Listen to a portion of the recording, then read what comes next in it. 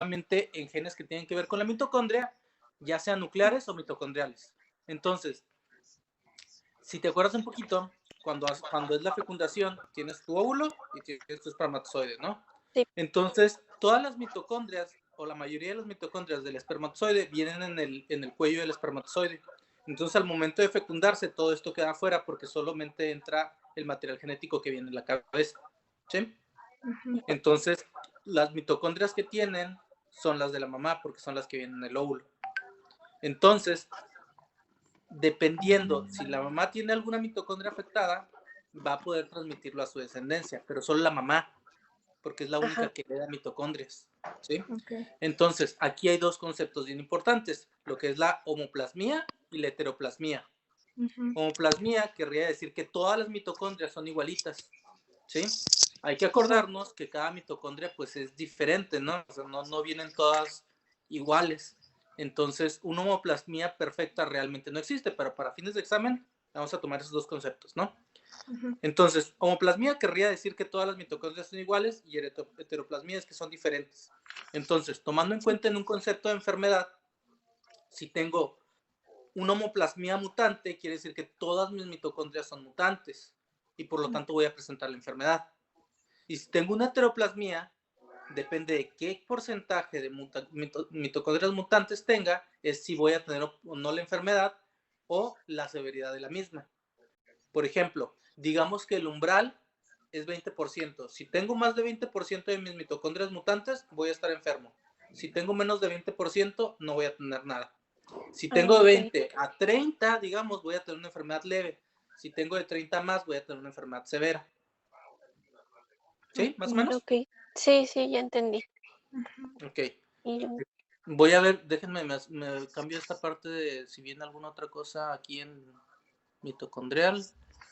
No. No, de hecho no. Entonces también hay que tener en cuenta de que las mutaciones que son, pues, que afectan a la mitocondria son aquellas que tienen que ver con el DNA mitocondrial. O sea, tenemos dos DNAs, el DNA nuclear y el DNA el mitocondrial. de mitocondrial. Entonces todas estas caen sobre regiones específicas de la mitocondria. O sea, a diferencia del DNA nuclear, donde tenemos regiones codificantes y no codificantes, la mitocondria es policistrónico. Esto quiere decir que su ADN todo codifica algo. No hay regiones que no codifiquen. Entonces, todas las mutaciones que lleguen a caer pueden afectar. ¿Sí? Okay. Entonces, a ver, ¿qué otra duda tienes ahí de la parte de mitocondrial? De mitocondrial, no, creo que ya ninguna. Sí, ya me quedó ¿Segura? claro sí. No sé De hecho, si Rosa Isela tenga duda. No tengo duda, pero sí me gustaría recalcar lo de regiones codificantes de un gen. ok, ahorita vamos para eso. Vamos Ok. a terminar ya nada más con mitocondrial, antes de continuar con todo esto. De hecho, no sé si les pudieran llegar a preguntar algo que se llama terapia de transferencia mitocondrial. Esto es lo que pasa, es lo que se le llaman los hijos de tres papás, que es cuando tienes tu óvulo de la mamá que tiene ahí mitocondrias afectadas y tienes el espermatozoide que va a ser sano. Entonces, lo que yo voy a hacer es quitar el material genético del óvulo, lo paso a otro óvulo, tomo el espermatozoide y lo fecundo en otro óvulo totalmente distinto para quitar estas mitocondrias que no me sirven y utilizar otras mitocondrias que sí son buenas. ¿Sí? Digo, eso es una forma de quitar este tipo de enfermedades, ¿no? Pero bueno, entonces, estábamos hablando de las regiones codificantes y no codificantes del genoma. El genoma humano es este ADN que mide como 2 metros y está dentro de cada una de nuestras células, ¿no? Este ADN, el 1% nada más son regiones codificantes. El otro 99% no codifica. Entonces van a ser regiones protectoras o reguladoras de este 1%. El 1% son...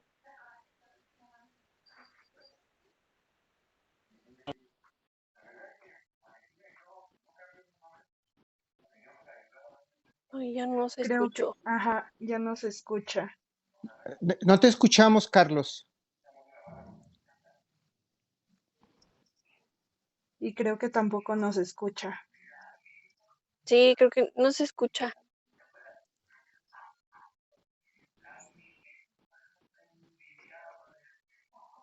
¿Ahora? Ahora, Ya se escucha. Ya. ¿Por qué se está yendo una bocina? ¿En qué momento se detuvo lo que se escuchó? Desde el principio de regiones codificantes de Ujú. un gen. Bueno, entonces, pero lo del DNA sí quedó, ¿no? De que es 99 y 1%. Sí, Sí. ¿Sí? sí, eso sí. Ok. Entonces les digo, en los genes vamos a tener principalmente dos partes, los intrones y los exones. Los exones, como tal, es la parte que se va a transcribir. O sea, acuérdense que el dogma central es traducción, transcripción, bueno, replicación, traducción y transcripción, ¿no? Ujú. Entonces, estos exones son los que me van a dar mi forma de RNA y a final de cuentas mi proteína. Los intrones no, los intrones son los que separan cada uno de los exones y estos no codifican para nada, pero me pueden hacer por el splice o el splice alternativo varias proteínas. O sea, esta es la razón por las cuales tenemos un número poquito de genes y un número mucho mayor de proteínas, porque hagan de cuenta que es como si fuera un rompecabezas. Entonces tengo un gen que tiene dos exones y un intrón. Entonces tengo un intrón y otro exón. Entonces lo que puedo hacer es ponerle exón 1, exón 2 y ya tengo una proteína. Y puedo poner exón 1, intrón 1 y es otra proteína. Y puedo poner exón 1, intrón 1, exón 2 y ya es otra proteína. ¿Sí me explico? Sí. Muy bien. Entonces, más o menos queda claro cuáles son las regiones codificantes y no codificantes del genoma. Sí, los intrones y los exones. Sí. Pero eso es en el gen, solamente en los Ok. genes. O sea, un gen puede ser intrón y exón, pero al nivel global de todo el genoma, el 1% son genes y el otro 99% no son genes. Son repetidos cortos, repetidos largos, secuencias en tándem, cosas que nada más van a ser, o regiones promotoras, cosas que nada más van a servir para ayudar a estos genes a expresarse o a no expresarse. Entonces, déjenme buscar la parte donde viene eso para explicarles un poquito, a ver si me faltó algo de acá.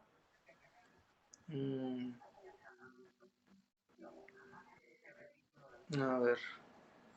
Secuencias no reguladoras no codificantes. Pues es lo que les digo. Por ejemplo, aquí dice secuencias reguladoras no codificantes. Pues todo esto que va entre los genes, va regulando los genes. Por ejemplo, una región reguladora no codificante sería un promotor. Un promotor, imagínense el gen, antes de un gen tiene que haber un promotor. Entonces, para que este gen se exprese, necesita este motorcito, ¿no? Entonces, mientras no tengamos este motorcito, se convierte en un pseudogen, que es un gen que perdió su capacidad de expresarse, pero la secuencia es prácticamente idéntica. Por ejemplo, un ejemplo en esto es el gen SMN1 y su pseudogen SMN2. Estos dos sirven para, bueno, se ven afectados en una enfermedad que se llama atrofia muscular espinal. Entonces, cuando tiene una persona atrofia muscular espinal, tiene que tener sus dos alelos, el de mamá y el de papá, de SMN1 afectados. ¿Por qué? Porque es una enfermedad autosómico recesiva. Entonces, esto quiere decir que esta proteína no va a funcionar porque ninguna de sus dos copias funciona. Pero ahí sale al quite SMN2, que es un pseudogen, que entre más copias tenga de este pseudogen, el fenotipo clínico, es decir, la expresión clínica va a ser menor. ¿Por qué? Porque va a suplir poquitito la función de SMN1. Entonces, pues en esto es lo que les quiero explicar, ¿no? Un gen va a codificar, un pseudogen no codifica, es parte de estas regiones o secuencias no codificantes reguladoras, ¿no? O no reguladoras. Otro ejemplo, pues lo que les estaba diciendo de los promotores, y luego también les ponen aquí regiones intragénicas no codificantes, pues es lo que estábamos hablando, ¿no? Son los intrones y las regiones de splice. Las regiones de splice son regiones que están entre el intrón y el exón. Entonces ahí es una secuencia que está muy, pero muy conservada en todas las especies, o sea, siempre es la misma. Entonces aquí es un punto donde cuando va leyendo la maquinaria dice, aquí tengo que cortar. Entonces en ese punto corta el intrón y hasta donde termina dice, hasta aquí lo corto y quito esa parte. ¿Sí? Ok. Bueno, Sí. ¿Dudas de las regiones no codificantes? Bueno, otra cosa de regiones no codificantes intergénicas es una pequeña secuencia que se pone antes y después de cada transcrito, es decir, ya no es DNA, ya estamos hablando de RNA. Entonces, necesitamos ponerle estos pedacitos porque el RNA es muy lábil. O sea, si yo lo suelto así afuera del núcleo, se va a degradar rápidamente. Entonces le pongo un capuchón, 5' y una cola 3'. Entonces, eso es lo que más o menos les mencionan ahí, ¿no? Esto sirve para que este RNA no se degrade y pueda llegar a traducirse a proteínas. Muy bien. ¿Qué otra cosa? ¿Qué otra cosa tuvieron dudas? Ahí en regiones codificantes de un gen hay unas mutaciones que se llaman silenciosas. Bueno, ya hay Ok. muchas dicen sin sentido y de eso. Vamos a tipos de mutaciones. Entonces, este texto es un poquito viejo, la verdad, ¿eh? Pero bueno, voy a ajustarme a los términos que vienen aquí. Entonces, las variantes en un gen o en algún punto del genoma se pueden clasificar en dos grupos, patogénicas y no patogénicas. Es decir, las variantes patogénicas vamos a tomarlas como que se llaman mutaciones y las no patogénicas vamos a llamarlas polimorfismos, ¿sí? Según lo que tiene el texto aquí. Entonces, de las mutaciones son aquellas que me van a causar un daño. Y de estas tenemos muchas formas, ¿no? Entonces, empezando desde, sí, acá la tienen. Sustitución de base. Voy a tener de dos tipos, transiciones y transversiones. Las transiciones son aquellas que cambian una purina por una purina. Acuérdense de que las bases nitrogenadas son 4, A, C, G y T. Para saber cuáles son las purinas, apréndansela como pure as gold, puro como oro.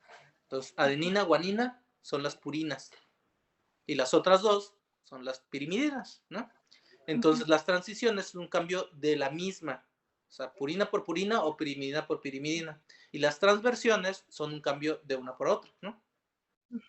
Entonces aquí voy a tener nada más un cambio de una base, o sea, es decir, voy a tener una secuencia ACGT, ACGT, y mi cambio va a ser un ATTCG, o sea, nomás cambio una base, ¿sí? Es una sustitución de base. Entonces, el siguiente ejemplo que les pongo aquí es las deleciones y las inserciones. Una deleción, pues bueno, es, como su nombre lo dice, voy a quitar un fragmento de DNA, ¿no? Estas pueden ser desde tener una sola base, es decir, voy a tener ACGT y nomás pongo ACT. Ahí ya tengo una deleción de una sola base. Pero estas deleciones pueden ser desde una sola base hasta regiones cromosómicas grandes, ¿sí? Y las inserciones igual, o sea, voy a tener ACGT, entonces pongo ACGGT, ahí inserté una base, ¿sí? Y puede también ser una región completa, de hecho hay mecanismos que se llaman por expansión de trinucleótidos en los cuales voy metiendo de 3 en 3 varias veces y esto me provoca unas enfermedades que son también de herencia no mendeliana que se llaman por expansión de trinucleótidos, que creo que por ahí vi que venía en el texto, ¿no? Muy bien, entonces, continuando. Dice mutaciones por intercambio. Estas son muy sencillas, o sea, aquí ya no estamos hablando de que nomás cambie una base, ¿no? Generalmente aquí lo que pasa es de que, si se acuerdan, todo se va a ir en grupitos de 3, ¿sí? O sea, cada 3 bases voy a tener un aminoácido, ¿sí? ¿Se acuerdan? Bueno, entonces lo que voy a hacer aquí, cuando hay una mutación por intercambio, es de que voy a tener un desplazamiento o un corrimiento de este marco de lectura, es decir, llevaba todo de 3 en 3 en 3 en 3 y luego meto otras 2 bases. Entonces al meter 2 bases yo aquí, voy a hacer que esto se recorra. Y puede hacer que mi proteína termine antes o puedo hacer que mi proteína termine mucho después. Y por lo tanto este gen ya no va a tener la misma función. Bueno, esta proteína. ¿Sí me explico? Entonces, aquí entra lo que les estaba diciendo, estas repeticiones en tándem. Estoy metiendo mucho, entonces mi proteína probablemente en una región en específico se está amplificando. Por ejemplo, esto es en cáncer, es muy común que si se acuerdan o si conocen, hay un gen que se llama HER2 o HER2 más comúnmente conocido, que este es para un tipo de cáncer de mama. Entonces lo que pasa es que hay una amplificación de esta región y tengo digamos, empieza la proteína y lo tengo mucho de lo mismo, entonces quiere decir que voy a tener mucha más actividad de HER2 en este caso. Pero por ejemplo, en las que les estaba diciendo de expansión de trinucleótidos, generalmente son enfermedades neuromusculares. Entonces, al yo tener muchos repetidos, mi proteína no funciona bien y por lo tanto mi músculo no tiene la función adecuada. O sea, voy a tener personas que tienen una fascia inexpresiva, es decir, no pueden hacer nada y tienen la correcto sí, porque tienen expandido de muchos y tienen poca fuerza y si les da uno la mano se les queda trabada. Son varias cositas que pueden pasar por tener expandidos de trinucleótidos. Entonces, ¿qué otra cosa viene aquí? Déjenme ver. Ok. Genes fusión.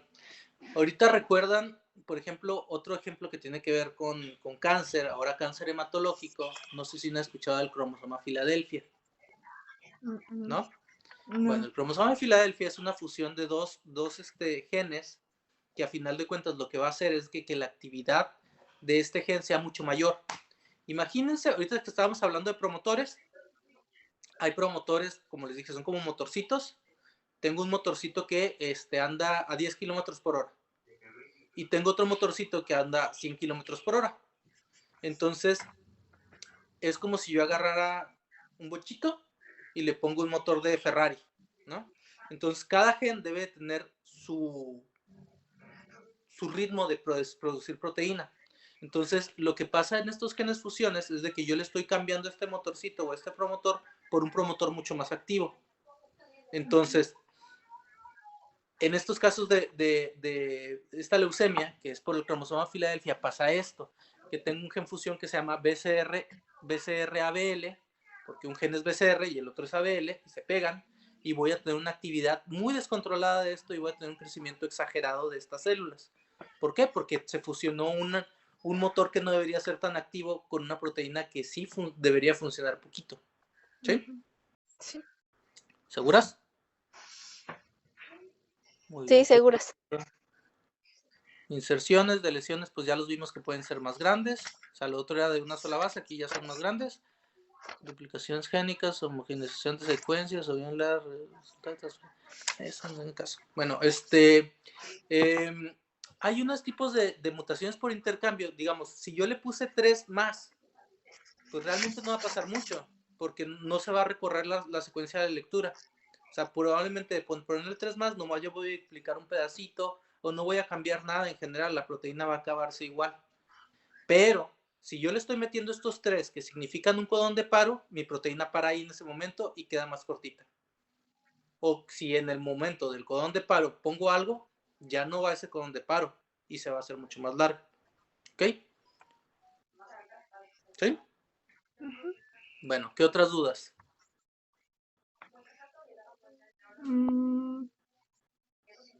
Hay una mutación en regiones codificantes de un gen. Ahí dice, hay una mutación sin sentido. Ah, ok, ahí les explico eso. Bueno, ya, hablando de las mutaciones, ahorita estamos hablando de las mutaciones por su cambio en el genoma, ¿no? Ahora vamos a ver las mutaciones por lo que pasa, ¿no? Las mutaciones silentes son aquellas que no me van a cambiar nada.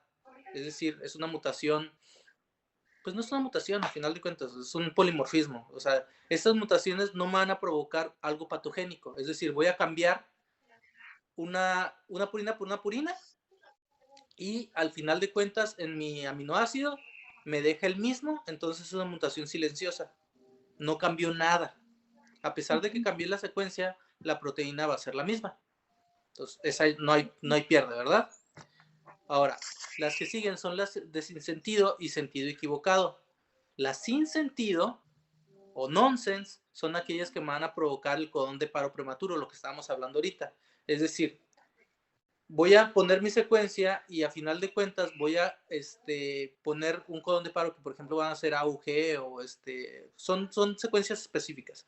Entonces, si yo pongo esto, voy a hacer que mi proteína termine antes y por lo tanto es mutación sin sentido, ¿sí? Y las de pérdida de sentido es lo que les comentaba ahorita, de que o sea, voy a tener una mutación que me haga cambiar esta secuencia de bases, que a final de cuentas me puede dar otra función de la proteína o no darme una función de la proteína, ¿sí? Pero no me da un codón de paro prematuro. Entonces esta sí me altera. ¿Sí me explico? ¿No? Sí. ¿Sí o no?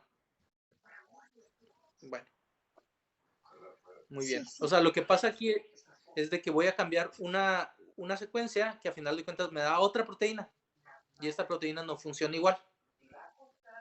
Bueno, ¿qué más? De lesiones e inserciones ya lo vimos, ¿no? Eso sí, y lo de lesiones, duplicaciones de genes también. Interacciones entre genes repetitivos. A ver, ¿esto qué dice? Sí, eso no tenía yo duda. Vamos a ver. Dependiendo Habla del... sobre homología, y igual como repeticiones en tándem, pero si no entendí bien. Ah, sí. Sí, esto es, es lo mismo. Son mutaciones por slippage. Cuando tenemos en la meiosis, si se acuerdan, pues tenemos que haber una recombinación, ¿sí? Cuando hay una recombinación entre los dos alelos, voy a empezar a poner pareadito, ¿no? Pero hay ciertas cuestiones donde el genoma, porque hay regiones repetidas, se puede equivocar. Entonces dice, ya la copié o no la copié, y la vuelve a copiar. Y lo otra es, ya la copié o no la copié, y la vuelve a copiar. Entonces eso es por elementos repetitivos. Lo que me puede dar se llaman mutaciones por deslizamiento, es decir, tengo esta secuencia, se me olvidó que ya la había copiado y la copié otra vez. Entonces ya se me hizo un aumento o puede haber una disminución, porque se le olvida que ya copió esa parte. Y a final de cuentas es lo que me va a dar lo de las expansiones o contracciones de trinucleótidos. ¿Sí? Muy bien, ¿qué más? Seguiría patología del ARN. ¿Qué no entendieron de patología de ARN?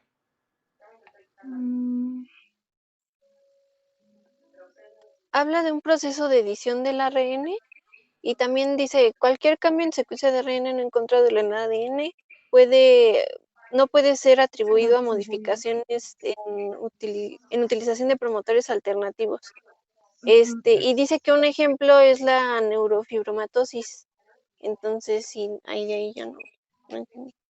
A ver, otra vez me repites, ¿qué cosa de los promotores? Sí, ajá, habla sobre la neurofibromatosis y lo da como un ejemplo, pero realmente no, o sea, solo dice que cambia citosina por uracilo, pero no sé qué consecuencia tenga. Nada, pues eso es. Pero bueno, déjame leerlo así rápido a ver qué dice, porque no Sí. tiene sentido lo que me mencionan.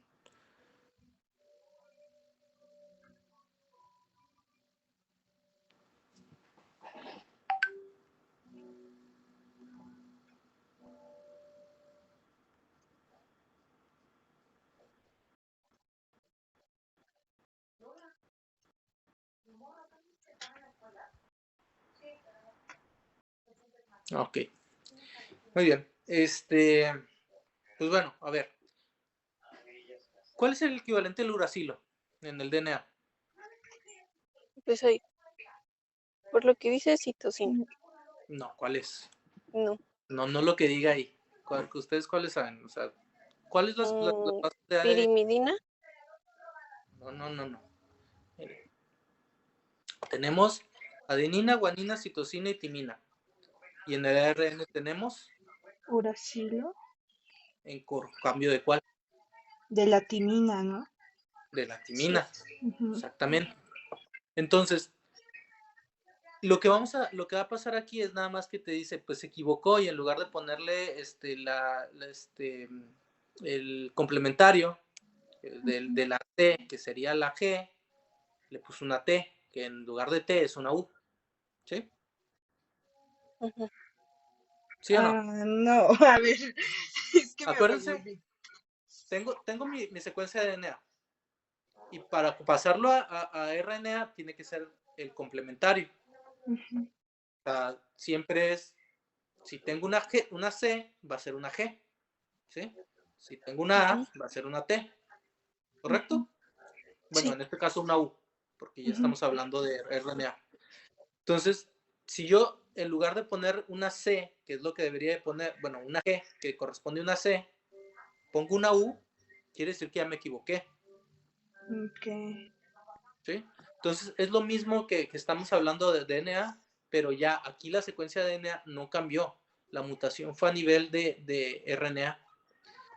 Eso la verdad es muy poco frecuente. Eso sí, pero pues, como les digo, esto ya está muy viejito, pues lo vamos a poner como viene ahí. La verdad, las patologías de RNA, las que sí son más que pudieran ser reales en la vida cotidiana, son estas cuestiones que me van a alterar la expresión del gen. Por ejemplo, ahorita les dije, no todos los genes codifican, ¿sí?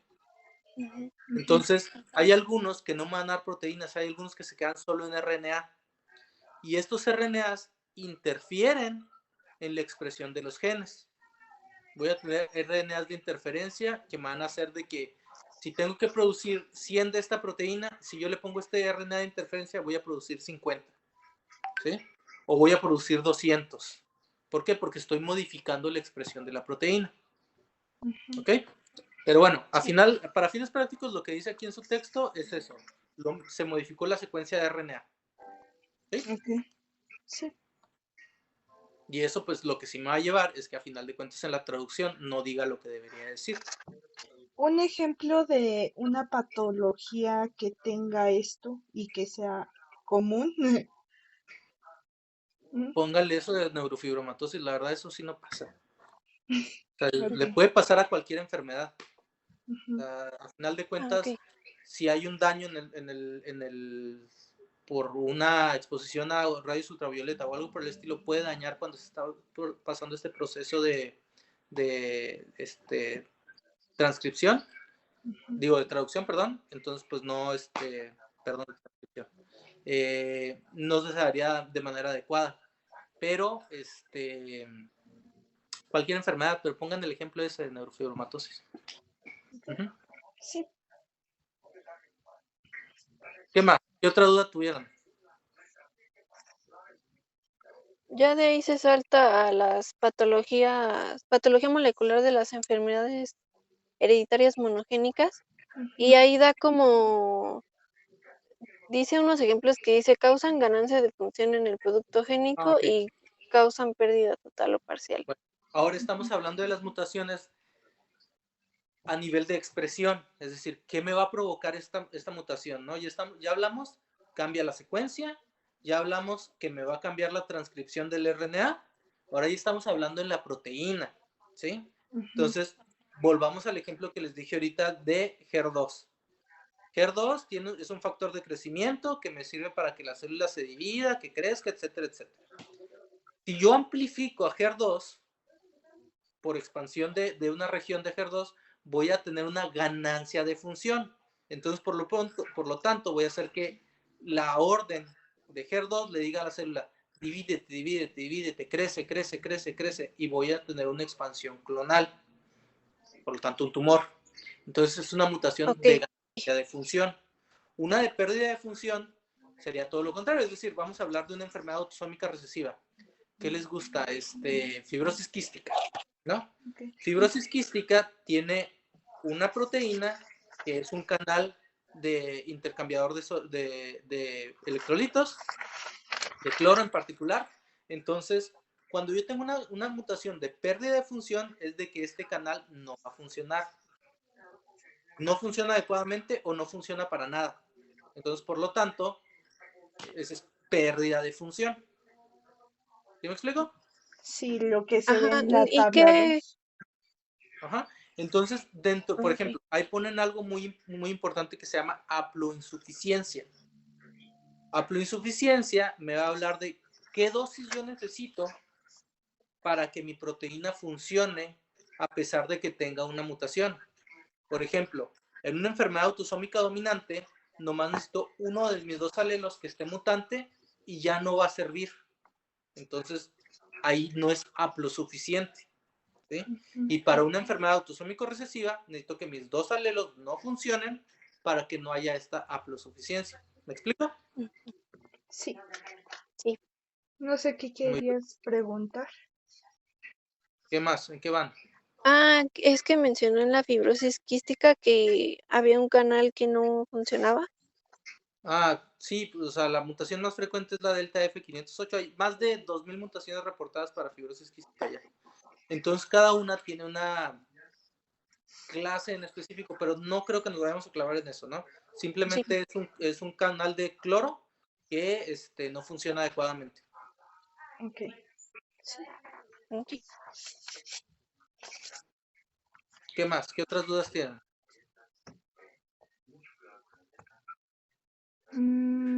Eh,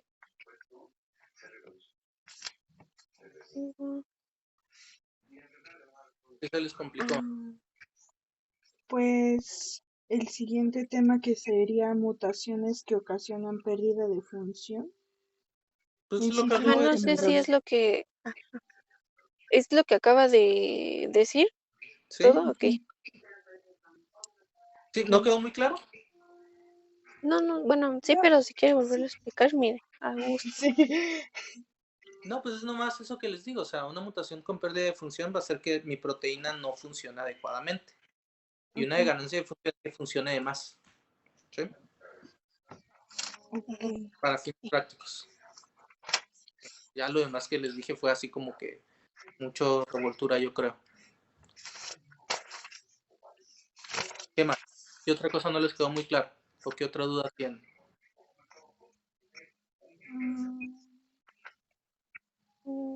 Déjame ver. Este, a lo de heterogeneidad alélica, Heterogeneidad ya alérgica y de ahí para allá ya no. Mire, de heterogeneidad alélica ya todo el artículo. Ni fenotípica ni alérica. No Bueno, alélica. eso de fenotípica, híjole, es un término muy viejo, pero bueno, vamos a empezar con heterogeneidad alélica.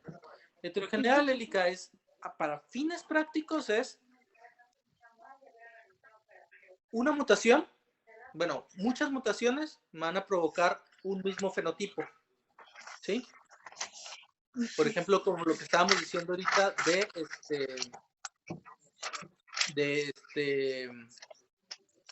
de fibrosis quística, ¿no? Que tiene más de 2000 mutaciones, ¿no? Ujú. Entonces, eso es heterogeneidad alélica. Es que aquí se los ponen, es con esto de fenotípica, Sí. tengo que modificarles esto, pero bueno. Vamos a decirles cómo es y luego ya les digo cómo se los ponen aquí. Ok. Tenemos la Ok. heterogeneidad alélica y de locus. ¿Se acuerdan? Ujú. Locus es una región, o sea, es decir, posición, Del ¿dónde gen. está? Ujú. Locus es Sí. decir, ¿dónde está el gen? ¿Sí?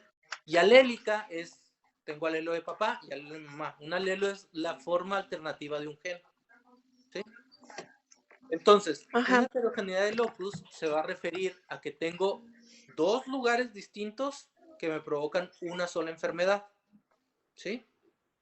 Por Ok. ejemplo, yo puedo tener mutaciones en el gen 1 y en el gen 2, para ponerlo como un ejemplo, y las dos me van a causar la misma enfermedad. ¿Sí? Entonces, Sí. por ejemplo, aquí les ponen, ¿qué enfermedad les ponen? Dice, pues una cardiopatía, ¿no? Una miocardiopatía hipertrófica, ¿no? Entonces, esa puede estar causada por varios genes. Entonces, es una heterogeneidad de locus. Y al contrario, la heterogeneidad alélica es cuando varias enfermedades son por una sola patología. Pero es aquí, a ustedes se las ponen como heterogeneidad fenotípica. ¿Sí? O sea, por ejemplo, una heterogeneidad fenotípica para ustedes, en su tablita aquí, sería el gen FGFR3, que me puede dar acondroplasia, me puede dar hipocondroplasia, me puede dar algunas formas de craniosynostosis. Entonces, son tres enfermedades totalmente distintas por un solo gen. ¿Sí? Y aquí, como les ponen la heterogeneidad alélica, se las ponen muy sencillas, nada más que diferentes mutaciones en un solo gen me van a dar una enfermedad, ¿sí? Por ejemplo, lo que les decía, de las 2000 mutaciones que hay en fibrosis quística, todas las 2000 me van a dar fibrosis quística. ¿Ok? Sí. Pero todas son en un solo gen, en CFTR. ¿Ok? Entonces, les digo, la fenotípica les ponen un solo gen, varias enfermedades. Alélica les ponen un solo gen, una enfermedad, pero muchas mutaciones. Y en heterogeneidad de locus, varios genes, una sola enfermedad. ¿Sí? Okay. Sí. ¿Dudas de eso? No, ninguna. Okay. Quisiera hacer un comentario, si me permites, doctor. Sí, claro. Algo muy importante en medicina es lo que está diciendo el doctor Burciaga. Cuando un artículo ya tiene algunos años y no se ha modernizado, es bien importante que ustedes, como nuevos médicos, se luzcan, porque esto se presta para que se luzcan. Que digan, a ver, estos términos ya son antiguos y se lo tienen que decir al profesor, tal cual. La nueva nomenclatura nos habla de estas características. Al momento que, como lo explicó el doctor, lo dicen, a ustedes van a decir, oigan, genial, qué bueno que lo investigaron. Eso es parte de saber precisamente que en la medicina todos los días se modernizan las situaciones. Un artículo no es el día de ayer, posiblemente lo que estamos diciendo hoy está equivocado, y es lo que está mencionando, no es un artículo que nos sirve de base, efectivamente, para lo que están. Yo no sé si su médico que les pidió esto, que les va a hacer clase, sea genetista, o sea médico general, no sé, finalmente están en la universidad, pero es bien importante que tenemos aquí el especialista, y está remarcando que hay cosas que se ven en este artículo, es así como de parbolitos, ¿no? Sí, está bien. Entonces es bien importante lo que está diciendo, medicina es actualización, ¿de acuerdo? Sí. Bueno, ¿qué otra cosa? ¿Qué otra cosa les quedó duda? Supongo que fenocopias, que es el siguiente tema. Fenocopia, para fines... Fenocopias, tengo una enfermedad que sé por qué está causada, es decir, trisomía 13. Trisomía 13 es porque tengo 3 copias del cromosoma 13, ¿no? Que es el síndrome de Patau, y tenemos todas las características clínicas, ¿no? Tiene aloprosencefalia, tiene defectos de línea media en general. Pero una fenocopia sería tener un paciente con síndrome de Patau, así que yo lo veo y puedo apuesto $1,000 a que es síndrome de Patau, y le hago cariotipo y no tiene 3 treses, tiene 2 nada más. Entonces, ¿qué pasó aquí? Hay otro gen, otra causa que me está explicando por qué tiene el mismo fenotipo. Por eso es una fenocopia. ¿Ok? ¿Claro? Sí. Muy bien. ¿Qué más? ¿Qué otra cosa no les quedó clara? Pregunten por qué yo les voy a preguntar.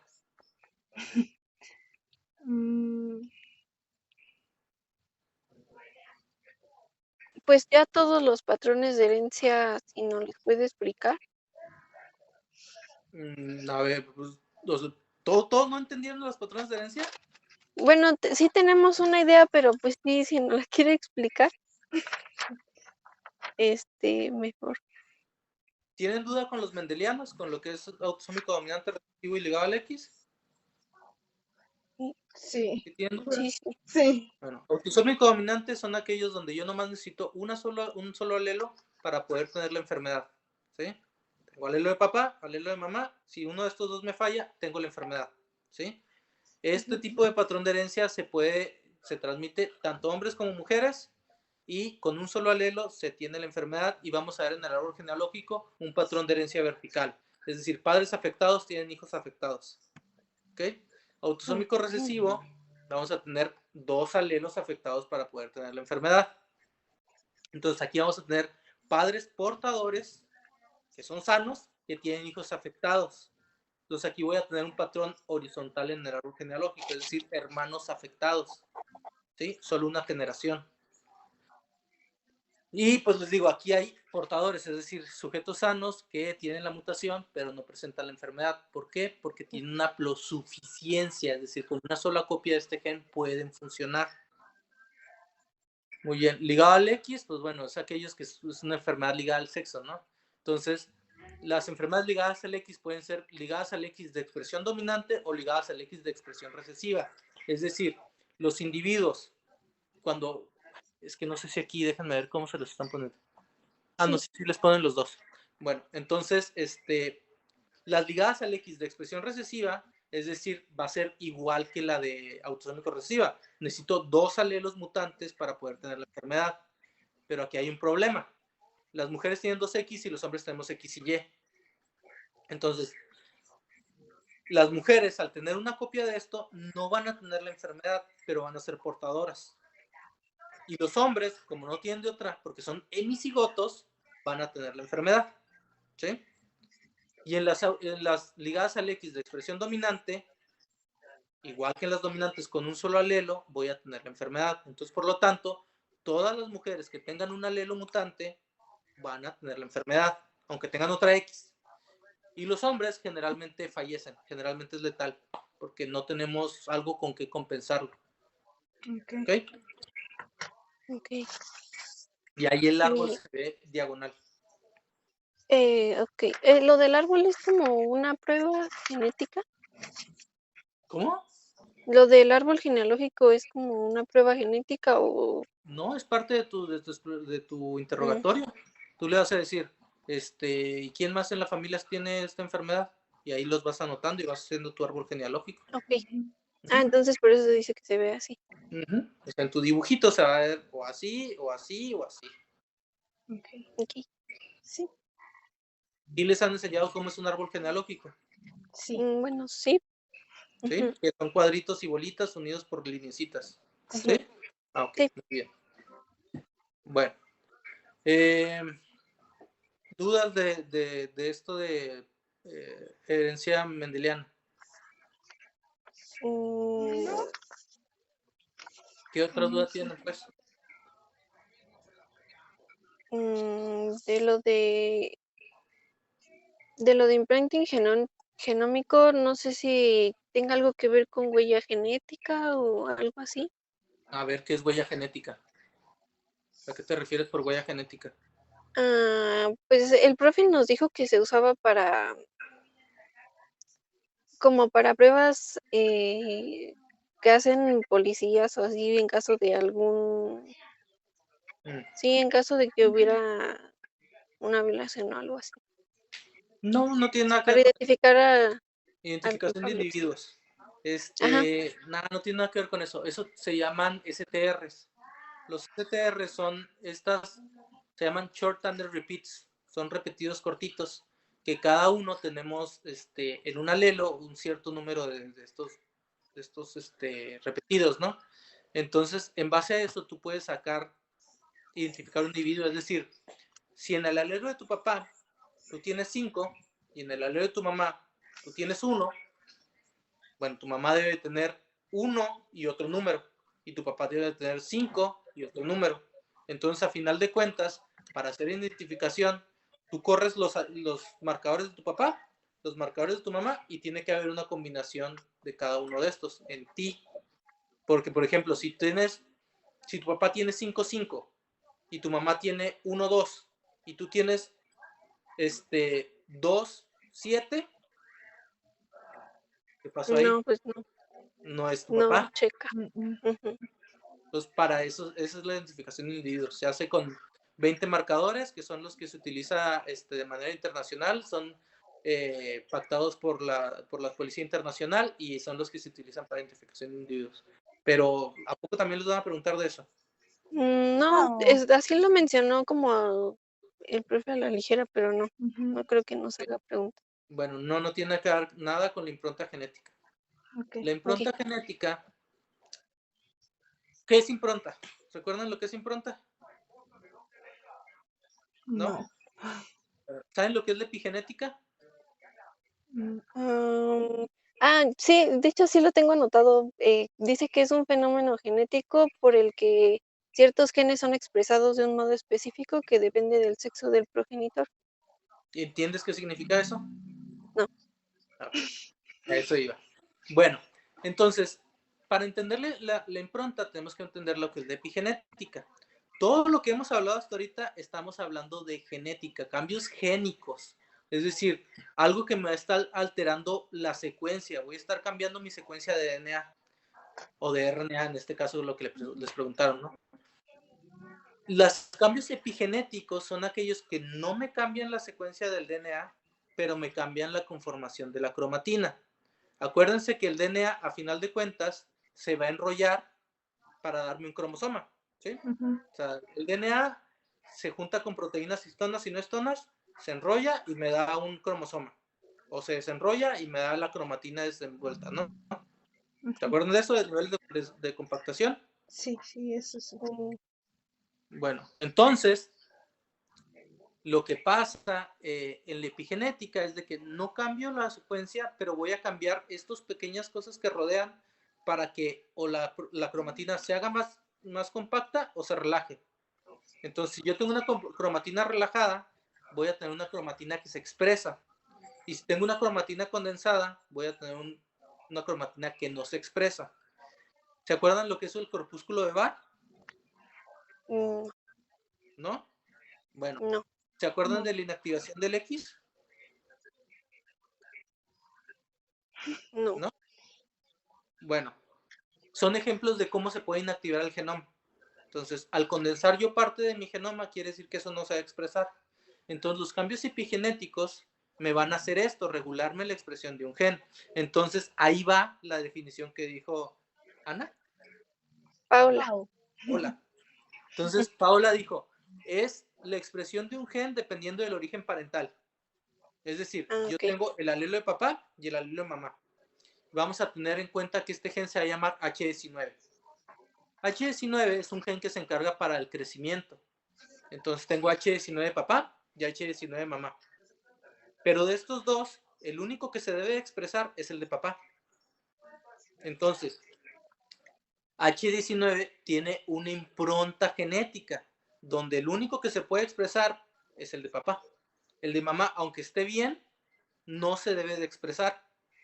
¿Ok? ¿Por qué? Porque si expreso los dos, voy a tener un sobrecrecimiento. Entonces en el de mamá expreso otro que es un regulador, que no expreso en el de papá. ¿Más o menos? Sí. ¿Sí o no? Sí. Okay. Esto se ve en algunas enfermedades que se llama síndrome de Beckwith-Wiedemann y el síndrome de Silver-Russell, el síndrome de Angelman, el síndrome de Prader-Willi, donde la expresión diferencial me va a dar el fenotipo. ¿Ok? Sí. ¿Sí o no? Sí. No. Básicamente es lo que dijo es una expresión de un gen dependiendo del progenitor. Y ya depende. Sí. Y, o sea, el que se debe expresar es de papá, ¿se está expresando? Sí, estoy bien. El que se debe expresar es de papá, ¿no lo estoy expresando? El de mamá no se va a expresar. Entonces, por lo tanto, estoy mal porque no se va a expresar ninguno de los dos. ¿Sí? Ok. Sí. Muy bien. ¿Qué más?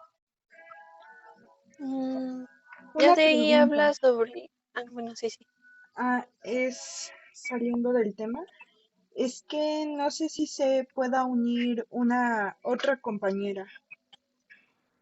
Yo no soy el que estoy de administrador, ahí no sé. Ya se me está acabando la pila, déjame pongo. Y únela. Déjenme voy por un cable porque ya no tengo pila en el teléfono. Sí, está bien. Sí.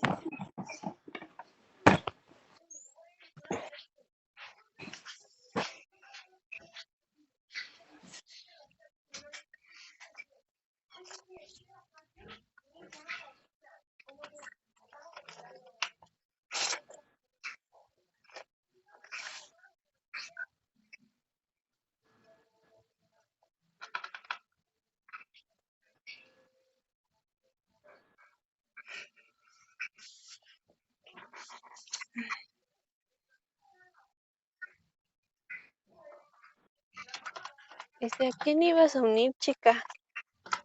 a esta Emir, porque me está diciendo que si seguimos. Pero también estoy viendo que ya son las 10, entonces yo creo que vamos por la última página. Ya estamos en esto, entonces ya. Sí. Ok, entonces, ¿qué más? ¿Qué otra cosa tienen dudas? De penetrancia incompleta y expresividad variable. Sí.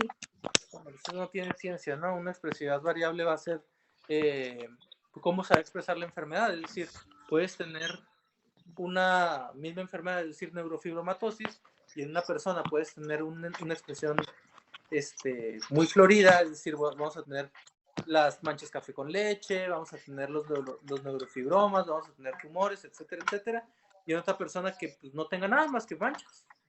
Esa es expresividad variable. Y penetrancia incompleta, esto es bien sencillo. Por ejemplo, acondroplasia tiene una penetrancia completa. Esto quiere decir que todos aquellos individuos que tengan una mutación de FGFR3, la G380A, van a tener acondroplasia. ¿Sí? Y una penetrancia incompleta sería una enfermedad, la que quieran, vamos a hablar de mamo ovario hereditario. Aquellos que tengan una mutación de BRCA1, no el 100% va a tener la enfermedad, a pesar de que tengan la mutación. Por ejemplo, para cáncer de mama hay una penetrancia incompleta de hasta un 87% para cáncer de mama. Es decir, del 100% de las mujeres que tengan una mutación en BRCA1, solamente 87 van a tener la enfermedad. ¿Sí? Ok, o sea, quiere decir que no siempre la enfermedad se expresa. A pesar de que esté mutante. Okay. ¿Esto a qué se debe? Pues esa es una característica de la enfermedad. O sea, tiene una penetrancia incompleta. Ok. Y creo que ya es el último, es trastornos multifactoriales y poligénicos. Bueno, pues eso no tiene ciencia, ¿no? O sea, por ejemplo, diabetes, presión alta, cáncer, esquizofrenia, todas estas enfermedades tienen un factor genético. Sin embargo, no quiere decir que solamente eso vaya a ser lo que me lo desencadene. O sea, cada uno de estos tiene una contribución genética y una contribución ambiental. Por ejemplo, esquizofrenia tiene una heredabilidad de un 80%. Esto quiere decir que el 80% de la causa de la esquizofrenia es genética y el otro 20% es ambiental. Hipertensión, pues prácticamente el 100% va a ser ambiental, pero hay ciertos genes que me predisponen a tener mayor riesgo de presentarla. ¿Sí? Labio O sea paladar hendido, que, microtia, ¿sí qué pasó? o sea, puede ser que yo, por ejemplo, tenga esquizofrenia, pero si no me expongo a algún factor ambiental, no ¿No la la, desarrollas? no la desarrollo. Ok. O lo contrario, puede ser que una persona que no tiene nada que ver, ningún familiar con esquizofrenia, y lo desarrolle. ¿Por qué? Porque es Sí. más ambiental que genético. ¿Sí? Ok. Sí. Miren, por ejemplo, ¿cuál sería la heredabilidad de acondroplasia? Volvemos a acondroplasia. ¿Qué heredabilidad debería tener? Pues se supone que 100% porque estaba en 100%. penetrancia completa, ¿no? No, no tiene que ver con la penetrancia. Ah, Esto tiene que ver con qué tal la contribución genética de la enfermedad. O sea, yo sé que acondroplasia es causada por un gen. Entonces, por lo tanto, su heredabilidad es del 100%. Todos esos trastornos multifactoriales y poligénicos, como su nombre lo dice, son muchos genes los que contribuyen. Entonces, la heredabilidad depende de cada enfermedad. ¿Sí? O sea, la contribución de 20, bueno, no son 20, pero digamos que son 20 genes para esquizofrenia. De esos 20, tenerlos todos completos mutantes me dan 80% de probabilidad más de contribución de la genética, y el otro 20% va a ser lo ambiental. ¿Sí? sí. Ok. Hay algo aquí que menciona que se llama LOSI y de eso sí tengo duda. LOSI es el plural de locus. Ah, ok. Y pues ya, yo creo que ya sería todo. Bueno, entonces, ¿ya no tienen dudas? Déjeme ver, a Mm, ver si me sale algo. Para empezar a preguntarles yo. Santo Dios.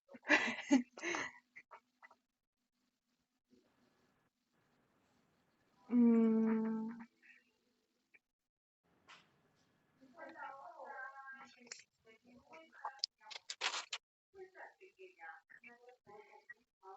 ¿No?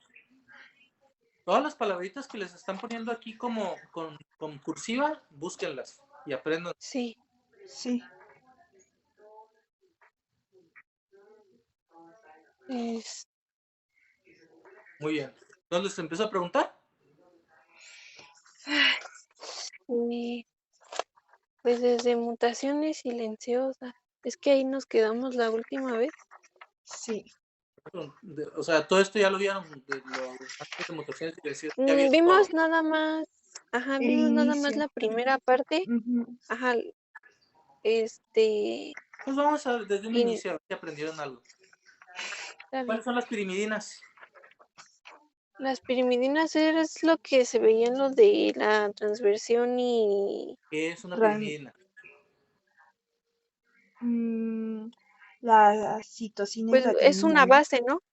Es Ujú. una base Es una base nitrogenada. de ¿Qué tiene de diferente con las purinas?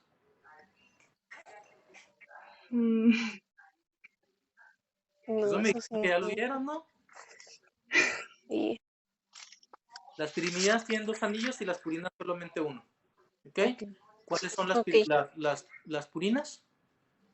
De las las que 4 tienen nada bases. más un anillo. ¿Pero cuáles son en las bases? de purinas Mm, es... es timina, No. No. Las pirimidinas son citosina y timina. Ajá. Y la purina es... Pues las otras 2. Ajá, las que empiezan con ¿Cuáles? A y G. así, Ajá. Sí, ¿Cómo se llaman? adenina y guanina. Muy bien. esas. Ok. Bueno. Entonces, ¿cuál es la diferencia entre una mutación sin sentido y una mutación con pérdida de sentido? Pues que en la mutación sin sentido pues se agrega un aminoácido a la proteína y esto hace que haya como un codón y hace que la proteína sea trunca, algo así dice en el texto, y en la La del de cambio de sentido. sentido, La de sin ajá, sentido me sí, dijiste. Ok, muy bien. sí, ¿La otra? y en la de cambio de sentido es cuando, ay, híjole, Ay, bueno, sí es cuando se agrega igual un aminoácido a la proteína, pero igual no sé si se hace trunca la proteína, pero puede ser que la proteína funcione más rápido o no tenga como ningún cambio. O funcione más lento o lo que sea, pero pues Ajá, no te la trunca. Muy bien. no. Ok. Hay algo que dice ahí de concertiva y sí, concertiva y no concertiva. Conservativa. Ándale, conservativa. ¿Qué sería? Entonces, ¿qué sería una conservativa? En base a lo Pues que me ahí dijiste. dice que es una sustitución de un aminoácido por otro aminoácido que es químicamente similar. Y ya en la Por lo tanto, conservativa no te te dice, cambia. ok. Y en la conservativa dice que este aminoácido que cambió, pues hace diferencias en la carga y polaridad de la secuencia del aminoácido. Y por lo tanto te lo cambia. Ajá, Entonces, ¿te ok, cambia o no te cambia la proteína? Una conservativa no te va a cambiar nada. Una conservativa te va a cambiar te lo lo que va a cambio. hacer. Ujú. ujú. Muy bien. Ok.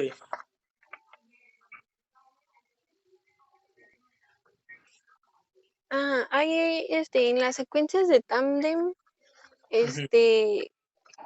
bueno, aquí decía que pues son 3 bases Ujú. y que si llega a haber alguna inserción o una deleción, se, se cambia el marco de lectura y se supone que esta A este cambio del marco de lectura, pues se le llama mutación, pues el marco de lectura o que genera proteínas truncas. Esto sí. Puede o no generar una proteína trunca. O sea, mira, tú estás metiendo un triplete más, ¿sí? Entonces metes este triplete, pero tú no sabes si en 5 tripletes más lo que tú hiciste va a cambiar que se corte la proteína o que continúe hasta donde sea. O sea, vuelve a ser lo mismo, o sea, es conservativo o no conservativo, ¿no? Ok.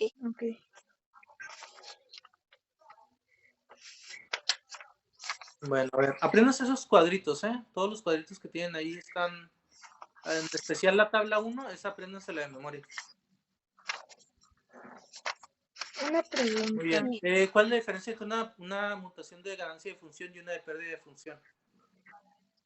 Que en la ganancia de función, ay,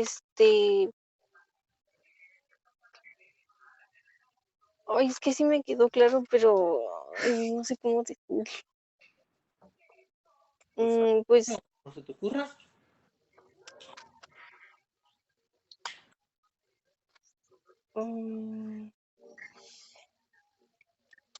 Vamos, vamos.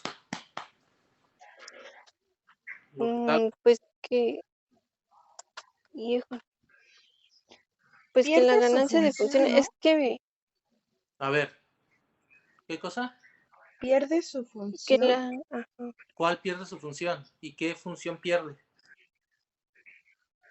Pues fue lo que mencionó de los canales de electrolitos, que el canal ya no funciona y ¿Eso por es de eso había ganancia o de una pérdida de pérdida de función? función. Pérdida de Ajá. función. Bien.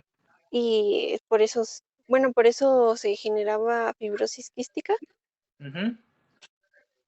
Y pues por eso ese era un ejemplo de pérdida de función. Y en la ganancia de función era que fue lo que puso de ejemplo el HER2, que se agregaban más repeticiones en tándem y esto hacía pues que se expandiera. Ujú. Y como se expande, pues generaba obviamente más células y había una expansión clonal, lo que llevaba a ver algún tumor y provocaba cáncer. ¿Estoy Pues bien bueno, o ahí no? sí, depende, no siempre van a dar cáncer, pero sí. Apréndese la tablita 2 porque ahí viene las causas de ganancia y de pérdida de función. ¿Qué es un sitio de splice? Ahorita les dije que era el splice y qué es un sitio de splice. Nos dijo.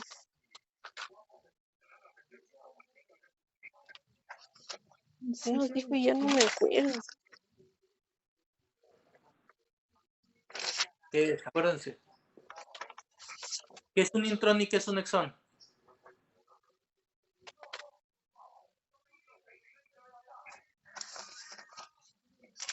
¿Mm? ¿No van a dormir, doctor No, Burciaga? no, sí. En un intrón era cuando, pues básicamente no codificaban y Es la parte no codificante.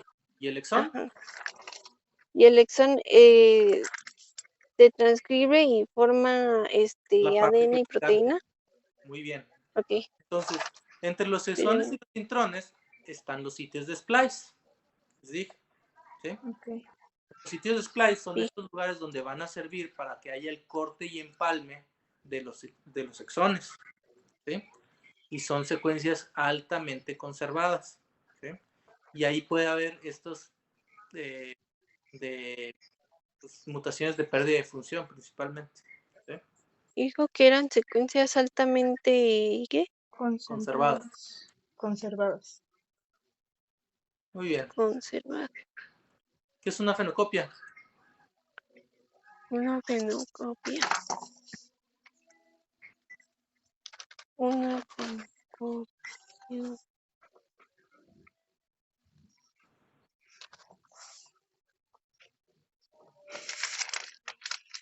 Es lo que nos dijo del paciente con síndrome de Patau, que en un paciente si se le hacía un cariotipo, solo tenía como dos causas, bueno, dos cosas que lo causaban y ya cuando eso el cariotipo se dio cuenta que solo había una y eso era la fenocopia. Más o menos. O sea, Yo sé que el síndrome de Patau está causado por una trisomía 13, ¿no? Ajá. Si tengo un síndrome de Patau que no tiene trisomía 13, eso es una fenocopia. ¿Sí? Ok, déjeme anotar. Ok, entonces, a ver. Si yo les digo que tengo una enfermedad, ¿qué les gusta? Bueno, tengo una enfermedad que pues sé que se puede producir por varios genes. ¿Qué tipo de heterogeneidad es? No, Fenotípica. sí. ¿Seguras? ¿Varios genes? ¿Una sola enfermedad? No, creo que es no alélica. No. ¿De locus? ¿De locus? Ajá, no alélica o de locus. Ah, es que sí, les ponen así. Sí, está bien. Sí. ¿No alélica o de locus? Muy bien.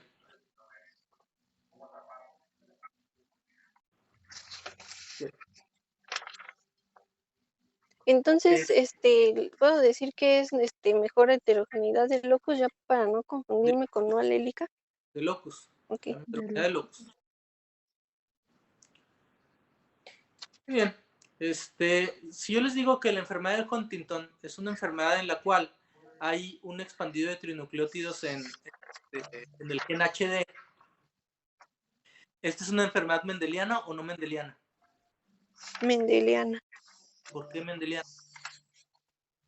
Porque, pues sí, como hay expansiones en tándem, bueno, supongo que tiene que ver con los genes y que es una enfermedad genética. Pues sí, es una enfermedad genética, pero eso no necesariamente quiere decir que sea mendeliana. Las enfermedades mendelianas tienen que ver con el patrón de herencia. ¿Cuáles son los patrones de herencia mendelianos? Los de herencia autosómica recesiva, codominante, dominante, ligada al X. Hasta ahí. Los demás son herencia no mendeliana. Se incluye herencia mitocondrial, poligénica, expansión de trinucleótidos, entre muchas otras. Ok. Impronta. Entonces, es no mendeliana. ¿Sí? Sí. ¿Cuántos alelos necesito tener afectados para tener una enfermedad autosómica recesiva?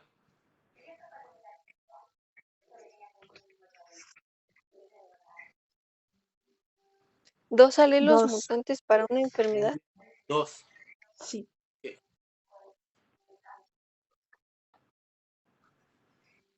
¿Qué es heteroplasmía?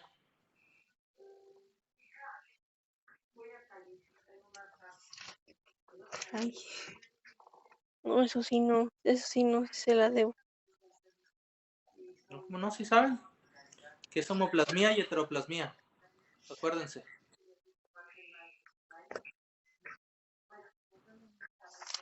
¿A qué les suena?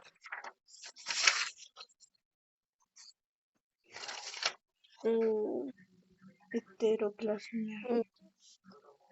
Me suena, pues sí, a una enfermedad como sanguínea. Más o menos. ¿Qué es homo y qué es hetero? ¿Qué significa homo y qué significa hetero? Mm, ¿Mm? Si no me Pues equivoco, uno o varios. ajá, homo es Pero, uno. ¿cómo que uno o varios?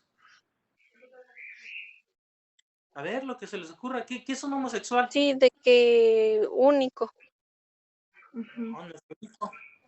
¿Qué es un homosexual y qué es un heterosexual? Mm, Pues Mm, que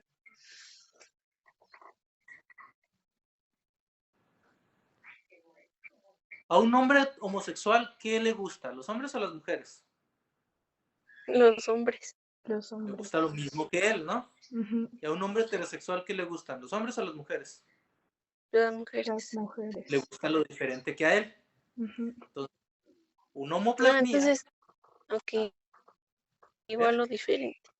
Igual lo diferente. Entonces, si estamos hablando que esto es de un término en herencia mitocondrial, ¿qué es la homoplasmia y qué es la heteroplasmia?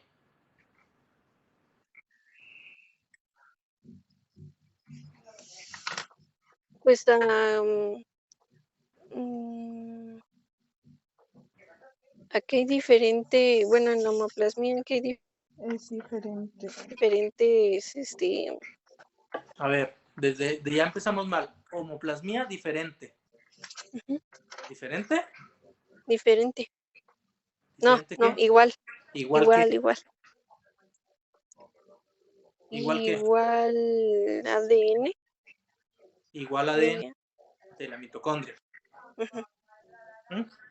Y heteroplasmia sería diferente ADN de mitocondria. Es decir, voy a tener sanas y enfermas, homoplasmia solo enfermas. ¿Sí? ¿Homoplasmia solo enfermos?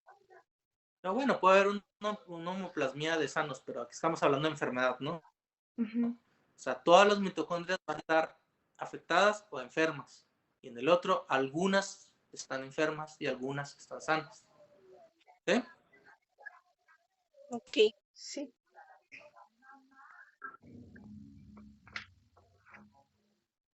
A ver, ¿qué más les puedo preguntar?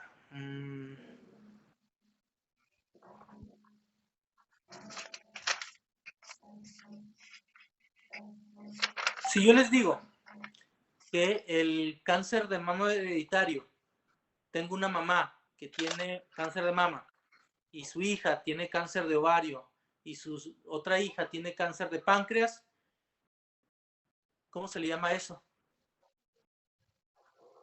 A una herencia, Tienen la misma enfermedad, pero las tres tienen diferentes manifestaciones. a una Mm, herencia autosómica recesiva. recesiva. No tiene nada que ver con el patrón de herencia. Y el patrón de herencia es autosómico dominante. Misma enfermedad, misma mutación, diferentes cuadros clínicos. ¿Es lo de imprinting genómico? No. Mm, Les voy a poner el mismo ejemplo que les puse ahorita. Si tengo dos personas con la misma enfermedad, otra vez, madre e hijo, los dos con neurofibromatosis, la mamá va a tener neurofibromatosis hasta donde no, y el hijo nada más tiene una mancha en la frente. ¿Cómo se le Es llama lo de eso? expresividad variable. Y el otro también, los tres tienen la misma enfermedad, pero diferente cuadro clínico. ¿Sí? Ok. ok. Muy bien. No se buscas. Sí. Les estoy haciendo la misma pregunta, pero con otro ejemplo. Ok, pues ya, no sé qué dudas tengan. Pues no, Pues creo que según yo, sí. ninguna ya. Bueno, ¿Seguras? si me permiten, como te decía ayer, Rosa, es bien importante lo que también te dijo el doctor. Hay todas las definiciones, todas las cosas que están en bold, hay que subrayarlas, ver la definición aparte independiente, que es bien importante, lo que incluso el doctor nos profundizó un poquito, pero si podremos diferenciar en lo que es un locus, lo que es un alelo y lo que es un gen, que son cosas diferentes en determinado momento, igual desde ahí es parte de una base. Ujú. Entonces, este es un ejemplo solamente de lo que estoy diciendo para poder hacer que cada una de las cosas que están en bold o como definición se las aprendan y así los cuadros, como también lo mencionaba, hay algunos cuadros que deben ser de memoria. Yo sé que apenas están en su primer semestre, que no es fácil, pero como diría mi esposa dice mucho esto, bienvenidos a la vida real de la medicina. Aquí hay que estudiar mucho. Sí. Sí. Sí, la verdad es que tenemos muchas lagunas de este artículo. Sí. Y esas lagunas hay que cerrarlas, insisto, profundizando un poco más en los temas, los cuales yo entiendo, bueno, qué es un alelo, qué es un paralelismo, qué es todo esto para poderlo unir. Ok. De esta manera el rompecabezas se va uniendo en un artículo como el que están leyendo actualmente, ¿no? Sí. Está Sí, bien. No, pues muchísimas gracias por resolvernos todas las dudas. Sí, de hecho, y por el tiempo, que ya son 10:30. Sí, por el tiempo, muchas Sí, gracias. muchas gracias. Pues pónganse a estudiar. Les falta ahí, la genética es pura lógica. Todo en genética es lógica. Una cosa te da otra cosa. Son secuencias de eventos casi siempre. Entonces, traten de verlo de esa manera y traten de aterrizarlo. Digo, ustedes están todavía en primer semestre y esta es su primer clase clínica prácticamente. O sea, están viendo una clase donde, o sea, sin bien muchas cosas son básicas, pero todo es para que aterricen algo clínico. O sea, todo lo que están viendo se traduce en enfermedad. Y es difícil empezar a llevar una clase clínica cuando no tienen una base. No. Traten de integrar todo así. Por esto. Esto por esto. ¿Okay? Sí. Sí. No, pues muchísimas gracias por todo. Sí. Muy bien, doctor Burciaga, de veras, muchísimas gracias. Nuevamente te debo una. Te agradezco muchísimo. Vamos a contribuir al crecimiento de buenos médicos en el futuro, que es lo que me queda tranquilo. Así es que un abrazote, nos veremos en Monterrey, de veras pronto. Este año sí te voy a visitar. No, pues muy bien, doctor. Muchas gracias a ambos. Buenas noches y Sí, a estudiar, muchas gracias. jovencitas. Sí, Bueno, buenas Muchas gracias. noches. Buenas noches. un abrazo, Gracias. doctor. Hasta luego. Igual, Igual. bye. Bye.